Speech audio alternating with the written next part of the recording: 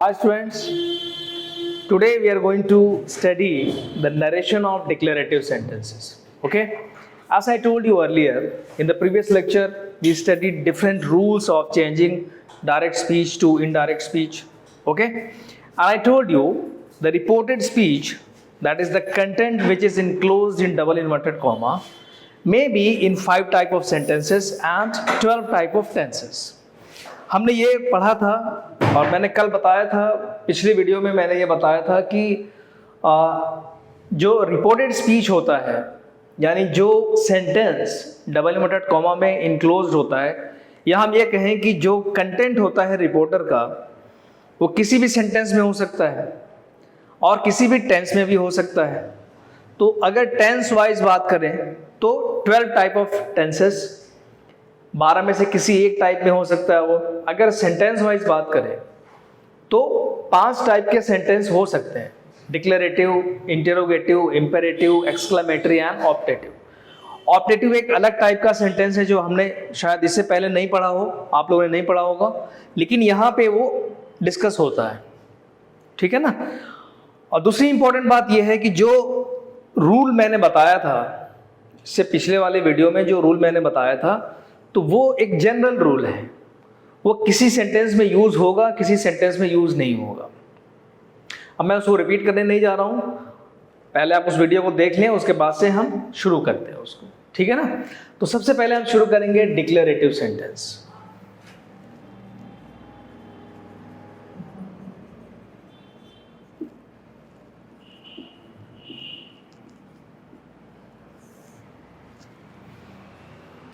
मतलब type of sentence जो reported speech में है.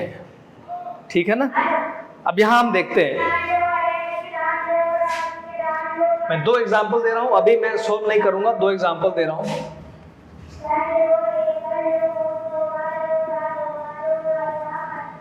The teacher said,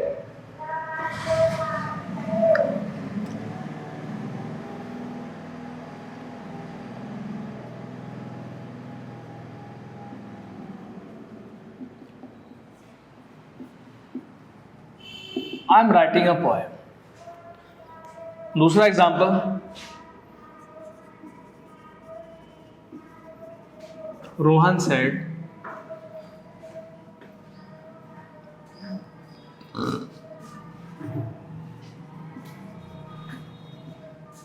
students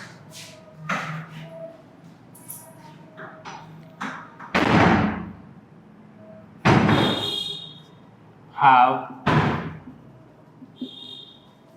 submitted the report. अब इसको आइडेंटिफाई करने के लिए मैंने 2 एग्जांपल दिए हैं. ठीक है ना. और मैंने पिछले वीडियो में ये बताया था कि जब भी कोई भी क्वेश्चन आपको दिया जाए उसको चेंज करने के लिए इनडायरेक्ट स्पीच में, तो सबसे पहले हम उस क्वेश्चन को देखते हैं और ये फाइंड करते हैं कि रिपोर्टर क्या है, रिपोर्टिंग वर्ब क्या है और यहाँ रिपोर्टेड स्पीच क्या है. रिपोर्टर ये है द टीचर, ये रिपोर्टिंग वर्ब पास्ट में है. ठीक है ना. और ये रिपोर्टेड स्पीच, अब हम यहां पे देखेंगे कि ये किस सेंटेंस में है. आई एम राइटिंग अ पोएम, ये डिक्लेरेटिव सेंटेंस में है. Okay. Second example, Rohan said students have submitted the report. Okay. अब यहां पर ये हो गया रिपोर्टर, ये हो गया रिपोर्टिंग वर्ब और ये हो गया रिपोर्टेड स्पीच. ठीक है ना. जब हमें ये पता चल गया कि यहाँ पर ये सेंटेंस यानी रिपोर्टेड स्पीच डिक्लेरेटिव सेंटेंस में है, तो हमें कुछ पॉइंट्स को ध्यान में रखना होगा. वो पॉइंट्स स्पेसिफिकली, एक्सक्लूसिवली यूज होते हैं इनको चेंज करने के लिए इनडायरेक्ट स्पीच. तो जब भी सेंटेंस डिक्लेरेटिव हो, ये पॉइंट्स उन सेंटेंसेस के लिए एप्लीकेबल है. पॉइंट्स क्या हैं, या नोट्स हम कह सकते हैं. Notes, these notes are exclusively for declarative sentences.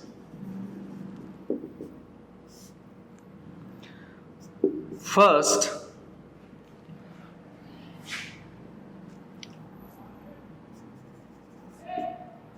that is used as a conjunction.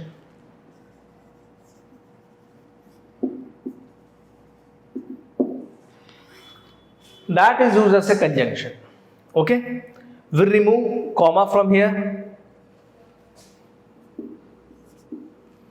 और ये जो डबल इन्वर्टेड कॉमा है इसको हम रिमूव कर देते हैं, और इनके बीच जो कॉमा है, रिपोर्टिंग वर्ब और रिपोर्टेड स्पीच के बीच जो कॉमा है इसको हटा के हम दैट का यूज करते हैं इनडायरेक्ट स्पीच में। ठीक है ना। Second point, rule 2 is followed. Rule 2 is followed का मतलब क्या हुआ? पिछले वीडियो में हमने पढ़ा था rule 2, when reporting verb is in past tense then the tense of the reported speech changes। कैसे चेंज होते हैं हम लोग पढ़ चुके हैं उसके बारे में। तो rule 2 is all about consideration of tense. ठीक है ना। यहां पर अगर ये पास्ट में है तो अब इसका टेंस चेंज होगा। ठीक है ना। कैसे चेंज होगा हम लोग पढ़ चुके हैं इसके बारे में। जब टेंस को हमें चेंज करना होता है तो हम सबसे पहले ये पता करते हैं कि ये किस टेंस में है, उसी के अकॉर्डिंग तो चेंज करेंगे। अब ये है प्रेजेंट कंटिन्यूअस में, तो जब रूल 2 फॉलो करेंगे तो रूल 2 के अकॉर्डिंग प्रेजेंट कंटिन्यूअस किस में चेंज होगा? पास्ट कंटिन्यूअस में।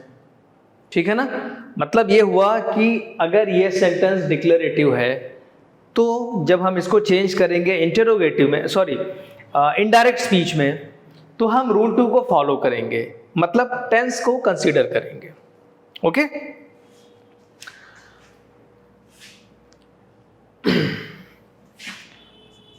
Third point, sometimes said is changed into complaint, stated, etc. depends on the nature of sentence। ठीक है। अब यहां पर इन 2 पॉइंट्स के बारे में हम लोग तो पढ़ चुके हैं। इससे पहले जब मैं एग्जाम्पल दिया था तो उसमें सारे एग्जाम्पल्स, शायद आपने नोट किया हो, सारे एग्जाम्पल्स डिक्लेरेटिव के ही थे। किसी और सेंटेंस का एग्जाम्पल मैंने नहीं दिया था समझने के लिए। ठीक है ना। लेकिन इन पॉइंट्स को हमने डिस्कस नहीं किया था। अब इन पॉइंट्स को डिस्कस करने के बाद अगर हम इनको सॉल्व करें तो ये और आसान हो जाएगा। एक और पॉइंट है जो बहुत इंपॉर्टेंट है, जिससे क्वेश्चंस आते हैं, वो ये है, अभी वो पॉइंट हमने अप्लाई नहीं किया है। इफ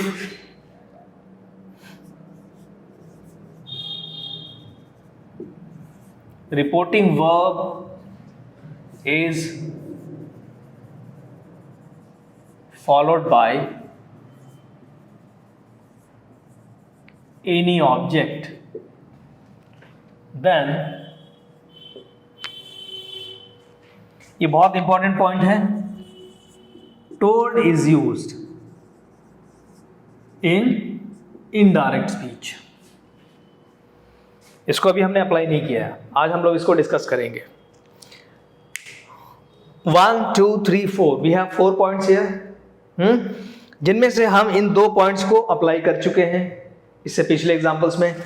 अब थर्ड पॉइंट ये है, sometimes said is changed into complaint और स्टेटेड एक्सेट्रा। ये बहुत ज्यादा इंपॉर्टेंट नहीं है, कभी कभी एक क्वेश्चन इससे आ सकता है जो अभी हम लोग डिस्कस करेंगे। पॉइंट नंबर 4 ये है कि if reporting verb is followed by any object, कहने का मतलब ये है कि अब तक हमने जितने भी एग्जांपल्स देखे या पढ़े उनमें सिर्फ एक रिपोर्टर था और एक रिपोर्टिंग वर्ब था, उसके बाद रिपोर्टेड स्पीच। लेकिन इस पॉइंट के अकॉर्डिंग यहां रिपोर्टिंग वर्ब के बाद एक ऑब्जेक्ट भी है, यानी ये बात जिससे कही गई है उसको भी मेंशन किया गया है। ठीक है। तो जैसे रोहन सेड टू मी, ये हो सकता है Rohan said to me students have submitted the report, या Rohan said to the teacher students have submitted the report.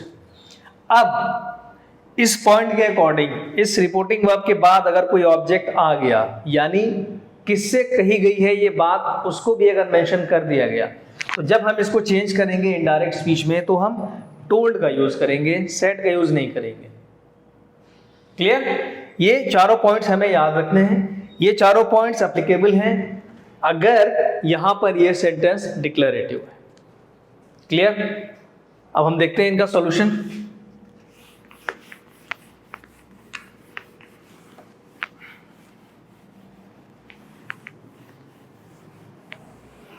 पहला क्वेश्चन देखते हैं। The teacher said I am writing a poem. This is your reporter, this is reporting verb and this is reported speech. ठीक है ना? अब बहुत छोटी सी बात जो हम अक्सर गलती कर बैठते हैं, जैसा कि मैंने पहले बताया था, सबसे पहली नज़र यहाँ जानी चाहिए रिपोर्टिंग वर्ब पे, पास्ट में है। ठीक है? दूसरी चीज़, ये सेंटेंस कौन सा है?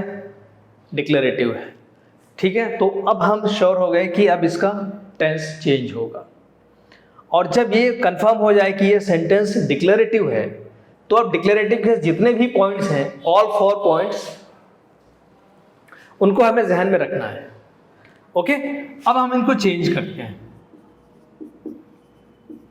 The teacher said that. अब आपको समझ में आ गया कि हम ये दैट का यूज क्यों करते आए हैं अब तक।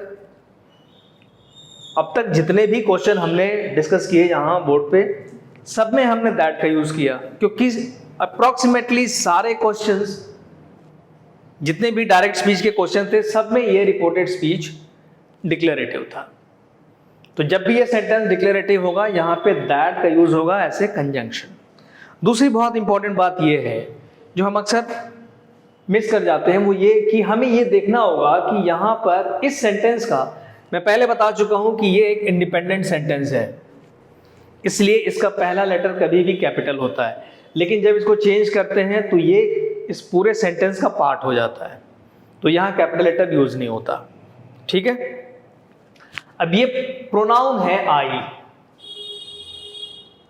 ये आई किसके लिए यूज हुआ है? किसका वर्ड है ये? टीचर का वर्ड है। और रिपोर्ट कर रहे हो आप, तो कोई थर्ड पर्सन अगर इसको रिपोर्ट करेगा तो वो आई का यूज नहीं करेगा। आई का यूज करेगा तो वो उसके वर्ड्स हो जाएंगे। तो इसके लिए एक सुटेबल प्रोनाउन का यूज करते हैं, डिपेंड्स ऑन रिपोर्टर। तो यहां पे ही का या शी का यूज हो सकता है। ठीक है? The teacher said that. Rule 2 को फॉलो करेंगे, इसका मतलब टेंस को चेंज करना होगा। ये है प्रेजेंट कंटिन्यूअस, तो किस में चेंज होगा? पास्ट कंटिन्यूअस में। तो इसका आंसर हो जाएगा the teacher said that he was writing a poem. Okay? The teacher said that he was writing a poem. This is your right answer. Now come to question number 2.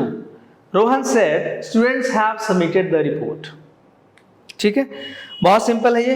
अब सारे points को हम follow करेंगे तो ये ऐसे हो जाएगा, रोहन said that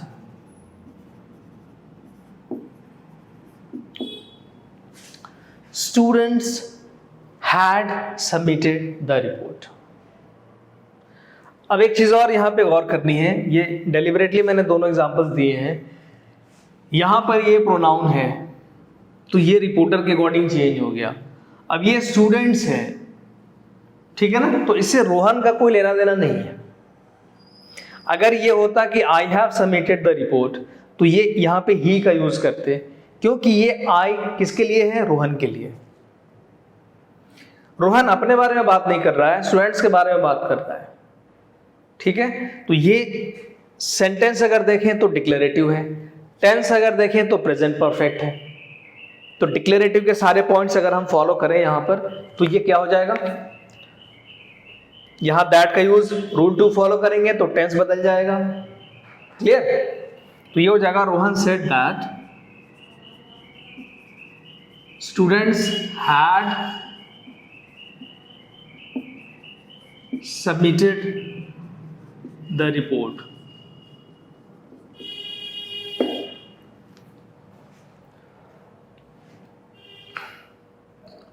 क्लियर? तो ये दोनों सॉल्यूशन हो गए हमारे। अब जो बाकी के 2 पॉइंट्स आज हमने डिस्कस किए, पहला पॉइंट तो ये कि sometimes said is change into complaint और स्टेटेड और एक्सप्रेस्ड, ये थोड़ा बहुत डीप हो जाएगा, इसलिए कभी कभार जो क्वेश्चंस पूछे जाते हैं एग्जाम में वो मैं डिस्कस कर रहा हूं। और एक पॉइंट और है टोल्ड, कहां पे टोल्ड का यूज होता है वो डिस्कस करेंगे।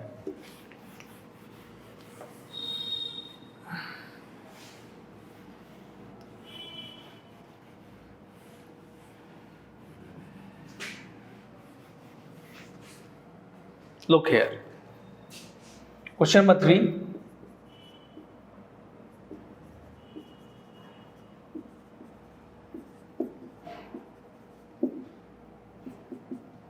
The teacher said to me, I am writing a poem. Okay? अब ये थोड़ा सा मॉडिफाइड वर्जन है, क्योंकि ये पहली बार हमें देखने को मिल रहा है। यहाँ पे एक ऑब्जेक्ट आ गया, ये सब्जेक्ट, ये वर्ब, ये ऑब्जेक्ट। ऑब्जेक्ट नरेशन में ऑब्जेक्ट का मतलब ये हुआ कि जिससे ये बात कही गई है या कही गई थी। ठीक है, the teacher said to me I am writing a poem. ठीक है, अब यहां पर भी हमें कंसीडर करना है रिपोर्टिंग वर्ब, ये पास्ट में है और यहां ये विजिबल है कि इस रिपोर्टिंग वर्ब के बाद एक ऑब्जेक्ट है। ठीक है, ये कंफर्म हो गया। अब उसके बाद जब यहां रिपोर्टिंग वर्ब पास्ट में है तो ऑब्वियसली एक बात जहन में आनी चाहिए कि रूल 2 फॉलो होगा। ठीक, अब यहां आगे बढ़ते हैं, सेंटेंस देखते हैं। सेंटेंस क्या है? डिक्लेरेटिव। टेंस क्या है? Present continuous. ओके, तो ये सारी बातें, ये सारे इंग्रेडिएंट्स, इनपुट जहन में रखते हुए हमें क्वेश्चन को सॉल्व करना है। हमें मल्टी डायमेंशनल चलना होता है नरेशन में। तो अब यहां पर कैसे शुरू करेंगे? द टीचर, पॉइंट्स में हमने क्या पढ़ा था? When reporting verb is followed by any object then told is used in place of said. ठीक है, यानी कि रिपोर्टिंग वर्ब के बाद अगर कोई ऑब्जेक्ट है तो हम सेड का यूज नहीं करेंगे, टोल्ड का यूज करेंगे। द टीचर, अब टोल्ड जब यूज करेंगे तो टोल्ड के बाद टू का यूज नहीं होता है। द टीचर टोल्ड मी, अब बाकी की सारी चीजें as it is. The teacher told me that he was writing a poem, full stop. Okay, the teacher told me that he was writing a poem. That's it. अब एक और concept जो बताना था, क्वेश्चन के मीडियम से समझते हैं। एग्जाम में क्वेश्चंस पूछे जाते हैं तो आप ज्यादा कोशिश करें कि ज़्यादा से ज़्यादा क्वेश्चंस आप अटेम्प्ट करें। एग्जाम में थ्योरीज नहीं पूछी जाती हैं, ये पॉइंट्स नहीं पूछे जाते हैं जो अभी हम लोगों ने डिस्कस किया है। इस पॉइंट्स पे बेस्ड और थ्योरी पे बेस्ड क्वेश्चंस पूछे जाते हैं। ओके, नाउ एक और question. The old lady said to me,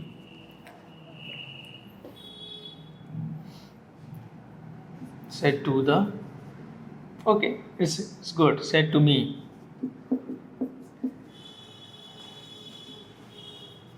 your child has spoiled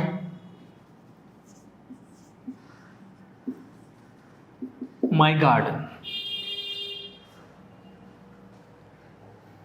अब देखते हैं क्वेश्चन यहां पर। The old lady said to me, your child has spoiled my garden. ठीक है, this is the reporter, this is reporting verb, this is object. यहीं पे fragment हो गया सब कुछ। इसी फ्रैगमेंटेशन से क्या क्या पता चल गया? ये अगर रिपोर्टिंग वर्ब है तो रूल 2 अप्लाई होगा। ठीक है, यहां रिपोर्टिंग वर्ब के बाद ऑब्जेक्ट है तो अब तक हमने पढ़ा जैसे यहां पर टोल्ड का यूज होगा। ठीक है, your child has spoiled my garden, ये सेंटेंस क्या है? डिक्लेरेटिव। तो डिक्लेरेटिव के सारे पॉइंट्स अप्लीकेबल होंगे। ओके, आ रही बात समझ में? लेकिन यहां पर एक चीज का ध्यान रखना है हमें कि ये सेंटेंस अगर हम देखें तो एक नॉर्मल सेंटेंस नहीं है, it's a kind of complaint, एक शिकायत है, ये एक शिकायत है, ठीक है ना? लेडी ने प्यार से नहीं बोला होगा, या अगर कोई बच्चा खिड़की का शीशा तोड़ दे, your child has broken my window pane, तो ये आदमी कोई इन्फॉर्म नहीं करेगा। ये है तो डिक्लेरेटिव सेंटेंस, लेकिन इसका मूड क्या है? कंप्लेनिंग नेचर है, ठीक है ना? ये एक एक्सेप्शनल सेंटेंस है, कभी कभी एग्जाम में पूछा जाता है ये। तो इस टाइप का अगर सेंटेंस आ रहा है, अगर सामने से गुजरेगा, तो आप ये समझ लें कि ये है तो डिक्लेरेटिव, डिक्लेरेटिव होने के बावजूद भी इसका जो नेचर है वो कंप्लेनिंग नेचर है, ठीक है? तो अब यहां पर हम सैड या टोल्ड का यूज नहीं करेंगे, कंप्लेंट का यूज करेंगे।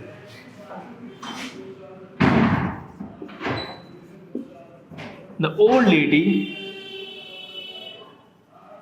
complained to me that, यहां तक क्लियर हो गया? ये बहुत रेयर है, ज्यादा कंफ्यूज होने की जरूरत नहीं है, एग्जाम में पूछा जाता है कभी कभी, इसलिए मैं डिस्कस कर रहा हूं। The old lady complain to me that, यहां तक क्लियर? अब आते हैं यहां, अब अगर रिपोर्टेड स्पीच को देखें, सेंटेंस तो डिक्लेरेटिव है, टेंस कौन सा है? हैज प्लस V3, ये क्या है? ये प्रेजेंट परफेक्ट है। Okay, present perfect. अब जो टेक्निकल चीज है यहां पर जो मैं बताने जा रहा हूं, यहां पे दो प्रोनाउन यूज हुए हैं, योर एंड माई।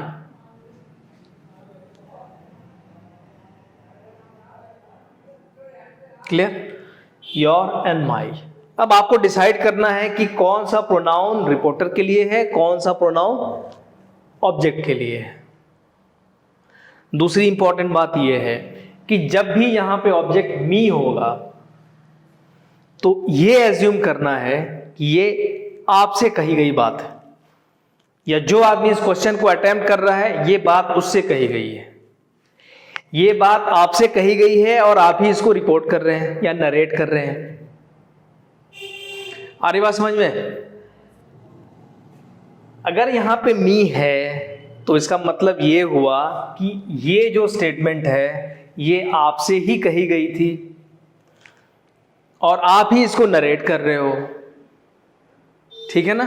तो ये एज्यूम करते हैं कि ये बात मुझसे ही कही गई थी, ठीक है ना?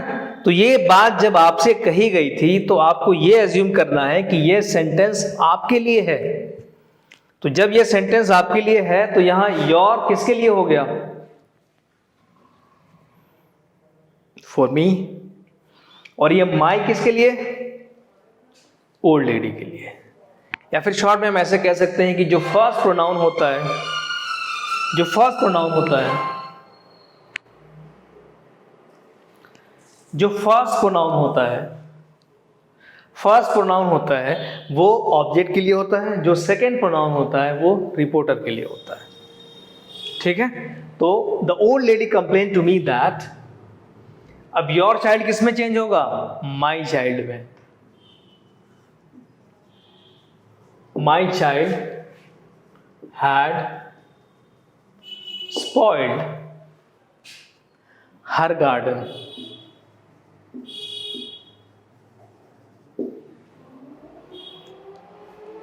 Okay, my child has spoiled her garden. This is your answer. Okay, so this way we have finished. Sentences belong to declarative type. Okay,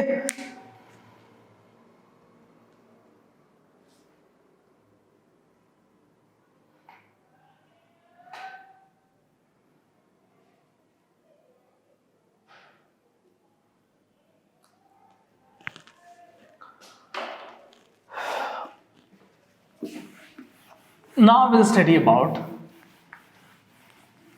imperative sentences.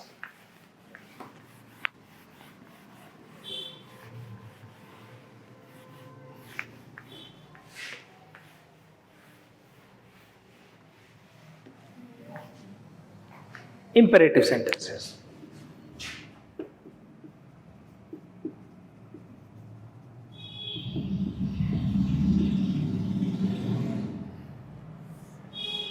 Imperative sentence example पहले देखते हैं.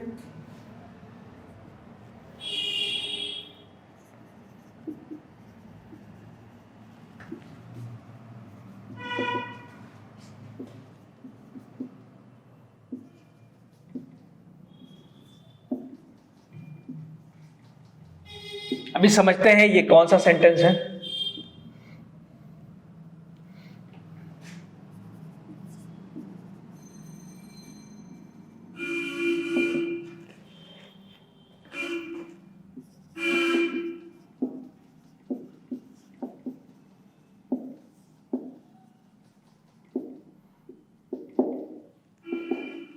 Okay. Imperative sentence. Imperative sentence means a sentence which gives a sense of order, command, request, advice, suggestion, warning, commandment, etc. मतलब ऐसा sentence या ऐसे type के sentence जिनसे हमें ऑर्डर का सेंस मिलता है, या रिक्वेस्ट का, या एडवाइस का, या सजेशन का, या वार्निंग का, या थ्रेट का, तो इस टाइप के सेंटेंस को हम क्या कहते हैं? Imperative sentence. ठीक है ना. जैसे मैं कहूं gate out of the class, ये क्या है? ऑर्डर है. तो ये सेंटेंस का टाइप क्या हो गया? इंपेरेटिव. अगर मैं ये कहूं डोंट प्ले विथ फायर, ये क्या है? ये वार्निंग है. इफ आई से क्लोज द डोर, तो ये क्लोज द डोर, ये ऑर्डर भी है, रिक्वेस्ट भी है. इफ आई से प्लीज क्लोज द डोर, ये क्या हो गया? रिक्वेस्ट हो गया. ठीक है ना. एडवाइस और सजेशन बोथ आर सेम. ठीक है ना. अब ऑर्डर और कमांड में क्या फर्क है? कभी कभी स्टूडेंट्स कंफ्यूज हो जाते हैं ऑर्डर और कमांड में. ऑर्डर और कमांड में फर्क यह है कि the word order is used in normal context. Okay. Command भी एक तरीके का ऑर्डर है, लेकिन ये कमांड हम और आप नहीं दे सकते. When an order is given by any authorised person, deputed person, okay, to his subordinates, then that order becomes command. और ये कहाँ यूज होता है? फॉर एग्जाम्पल जैसे आर्मी ऑर्गेनाइजेशन में, पुलिस में, नेवी में, एयरफोर्स में, जैसे कोई ब्रिगेडियर है अपने सबॉर्डिनेट को बोल रहा है, या कोई लेफ्टिनेंट जनरल है, वो अपने सबॉर्डिनेट्स को ऑर्डर दे रहा है अटैक द एनिमी पोस्ट, तो ये एक ऑर्डर है. लेकिन हमें ये देखना है कि ये आदमी कौन है जो ऑर्डर दे रहा है.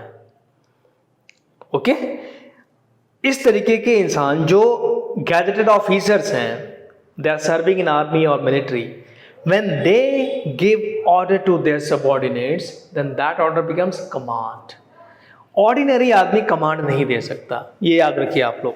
तो कभी भी रिपोर्टर जैसे लेफ्टिनेंट जनरल आ गया, ब्रिगेडियर आ गया, मेजर आ गया, अगर इनका मेंशन है तो हम कमांड का यूज करेंगे. ठीक है ना. जैसे exercise daily for good health, ये क्या है? एडवाइस है. डोंट प्लग द फ्लावर्स, ये क्या है? रिक्वेस्ट है. ओके. तो इस टाइप के सेंटेंसेस को हम बोलते हैं इंपेरेटिव सेंटेंसेस. ठीक है ना. अब जब इंपेरेटिव सेंटेंस होता है यहाँ पे रिपोर्टेड स्पीच में, तो सबसे पहली बात कि हम इसके टेंस को कंसीडर नहीं करते. अब ये कोई नहीं बता सकता कि ये किस टेंस में है. Get out of the class, give me a glass of water, अब इसका टेंस क्या है? Remember when I was teaching you tense, I told you कि जब कोई सेंटेंस अगर ये स्ट्रक्चर फॉलो करे, subject, helping verb, verb, object, या helping verb, subject, verb, object, जब मैं टेंस पढ़ा रहा था तो दो ही टाइप के सेंटेंस को मेंशन किया था, डिक्लेरेटिव और इंटरोगेटिव, ठीक है ना। ऐसा नहीं है, एक्सक्लेमेटरी में भी हम कभी कभी मेंशन करते हैं, अब जैसे आगे पढ़ेंगे एक्सक्लेमेटरी, वहां हम कंसीडर करेंगे, लेकिन इंपेरेटिव में हम टेंस को कंसीडर नहीं करते हैं। क्लियर। अब इनके कुछ पॉइंट्स हैं जो हमें याद रखने हैं, ये हम सॉल्व करेंगे अभी पॉइंट्स पढ़ने के बाद। ये मैंने सिर्फ दिखाने के लिए लिखा है यहां पर कि इस टाइप के सेंटेंस पूछे जाते हैं इंपेरेटिव सेंटेंस में, ठीक है ना। सेंटेंस का कैटेगराइजेशन यहां होता है, ये पोर्शन हमेशा सेम होगा। दूसरी बात, जरूरी नहीं है कि यहां रिपोर्टिंग वर्ब ही हो, यहां रिपोर्टिंग वर्ब के बाद ऑब्जेक्ट भी हो सकता है। The teacher said to me, ये भी हो सकता है। अभी पढ़ेंगे example, my mom said to me, okay, give me a glass of water. My mom said give me a glass of water, दोनों सही है, ठीक है ना, दोनों सही है। अब यहां हम लिखेंगे नोट्स। पहला नोट ये है, said is changed into ordered, commanded, requested, advised, warned, suggested, etc.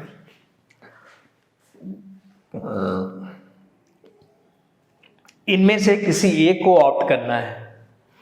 कैसे ऑप्ट करेंगे, पहले हम सेंटेंस को देखेंगे। Gate out of the class, अब ये एडवाइस तो नहीं हो सकता ना, ये क्या होगा, ऑर्डर होगा। क्यों? क्योंकि यहां टीचर ने कहा है, टीचर कभी रिक्वेस्ट नहीं करेगा या एडवाइस नहीं देगा स्टूडेंट्स को।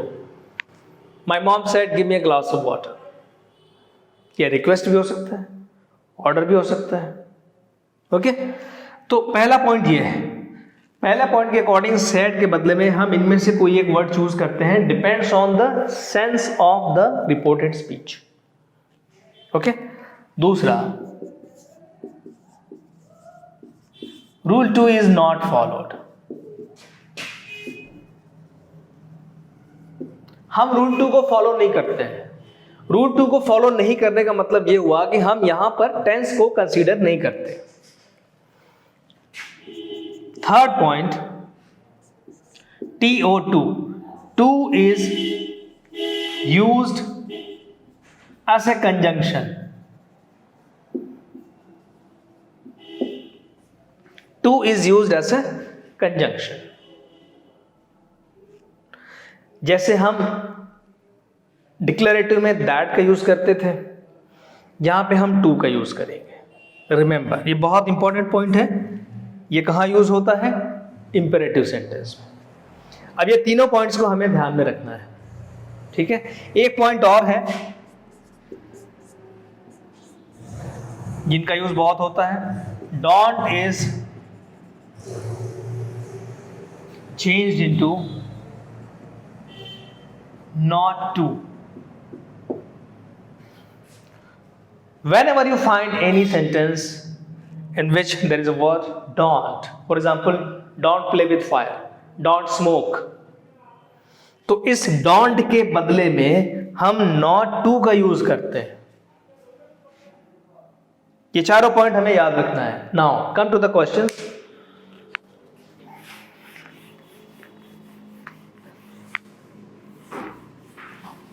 The first question is, the teacher said get out of the class, okay? अब यहां पर इस क्वेश्चन को जब हम रीड करेंगे तो हमें यह दिखेगा रिपोर्टिंग वर्ब यहां पे पास्ट में है, ठीक है। खैर रूल 2 यहां पे अप्लाई नहीं होगा, इस वजह से ये बहुत ज्यादा इंपॉर्टेंट नहीं है। अब यहां हम देखेंगे ये sentence gate out of the class, sentence का टाइप क्या है, इंपेरेटिव। जब सेंटेंस का टाइप इंपेरेटिव होगा तो हमें टेंस फाइंड करने की जरूरत नहीं पड़ेगी। अब डायरेक्टली हम आते हैं नोट्स पे। सारे नोट्स को हमें जहन में रखना है। सारे नोट्स यानी चारों नोट्स को जब हम जहन में रखेंगे और सॉल्व करेंगे तो इसका आंसर ऐसे होगा, द टीचर अब जो हमारे पास ऑप्शंस हैं, उन ऑप्शंस में से किसी एक को ऑप्ट करना है, डिपेंड्स ऑन द सेंस और the mood off this imperative sentence. Gate out of the class क्या है? ये ऑर्डर है। तो हम V2 के फॉर्म में लिखते हैं द टीचर ऑर्डर्ड। रिमेंबर, क्या हम कंजंक्शन के तौर पे यूज करते हैं? To. The teacher ordered to get out of the class. That's it. अब इस क्वेश्चन पे आते हैं। My mom said give me a glass of water. My mom requested to. अब यहां पे एक कॉम्प्लिकेशंस आ गया। कॉम्प्लिकेशन यहां दोनों सेंटेंस में फर्क ये है, इसलिए मैं थोड़ा ज्यादा वैरायटी में क्वेश्चंस देता हूं। यहां पर gate out of the class, यहां कोई नाउन कोई प्रोनाउन नहीं है ऐसा सब्जेक्ट, लेकिन यहां पर है गिव मी, यहां पे एक प्रोनाउन है give me a glass of water. ठीक है, ये सेंटेंस तो इंपेरेटिव है। ठीक है, इंपेरेटिव है, तो अब इसके टेंस को पता करने की जरूरत नहीं है, पता नहीं हो सकता क्योंकि इसके टेंस को हम कंसीडर नहीं करते, कोई जरूरत नहीं। तो इंपेरेटिव के सारे पॉइंट्स अगर हम कंसीडर करें, ठीक है ना, तो यहां तक तो सही है। माई मॉम, ये give me a glass of water, it can be a request. Rarely ये कभी कभी ऑर्डर भी हो सकता है। यहां ऐसा कंजंक्शन टू यूज होगा। ओके, अब यहां पे एक प्रोनाउन है मी। ये मी किसका वर्ड है? My mom. अरे बात समझ में? तो मॉम यानी रिपोर्टर के अकॉर्डिंग इस मी को हमें चेंज करना होगा। My mom requested to give her a glass of water.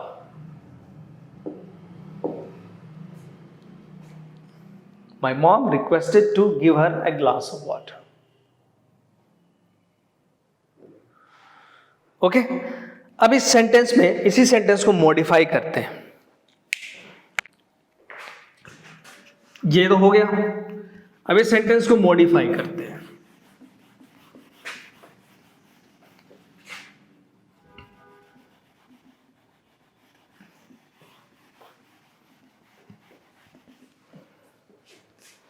अब यहां पर अगर क्वेश्चन ये होता, my mom said to me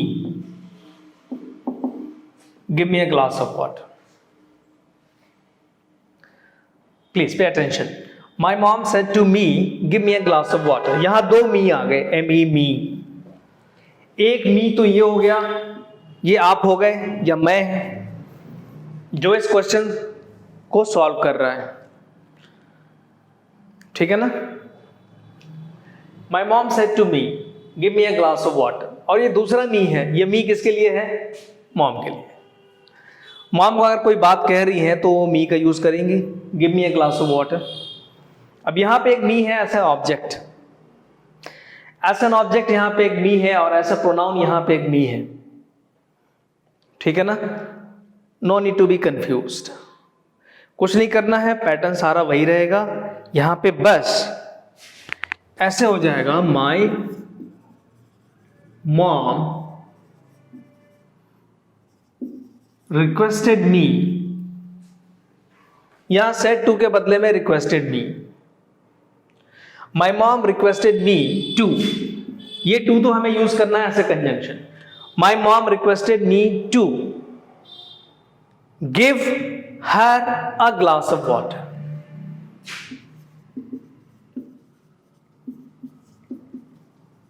Give her a glass of water.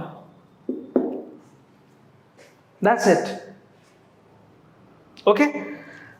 Now,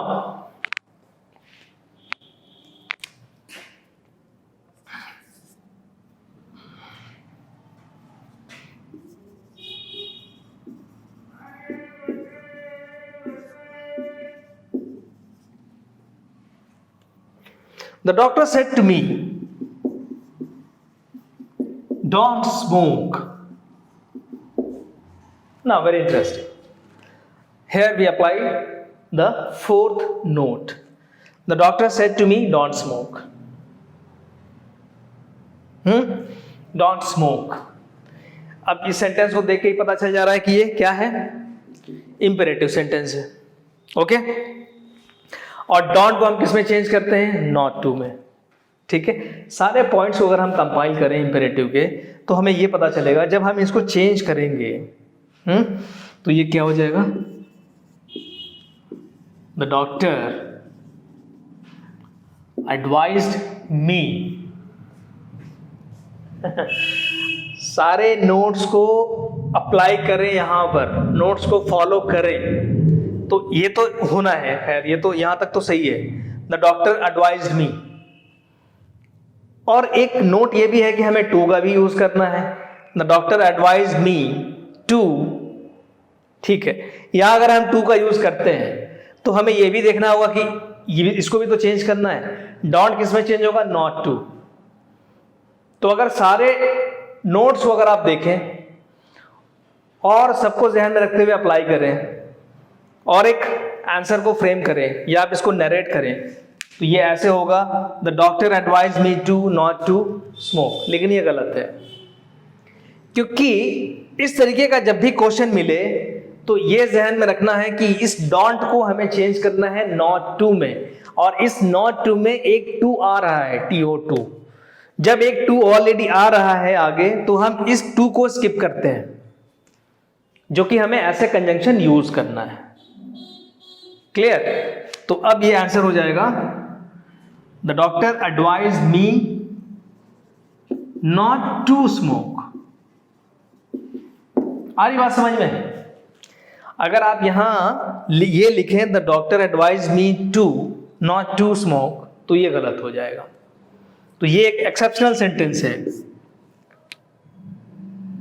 ठीक है ना, ये एक एक्सेप्शनल सेंटेंस है जहां पर हमें इस टू को स्किप करना है, क्योंकि आगे जब हम इसको चेंज करेंगे तो ऑलरेडी एक टू आएगा. डॉट is change into not to. तो इस टू के आने की वजह से इसके पहले वाला जो टू, जो कि मैंडेटरी है, ऐसे कंजंक्शन यूज होता है, उसको हम स्किप कर देते हैं. तो this way you can solve any questions belong to imperative sentence. Okay, so we have successfully completed two type of sentences, first declarative and second imperative. Okay, exercise a lot, do practice from any source, from whatever source you are getting questions, just try to solve it. जहां से भी question मिल रहा है आप उसको solve करें, and I am pretty sure, I am confident all your concepts will be cleared. You will build a very strong concept of the grammar. Okay, thank you very much.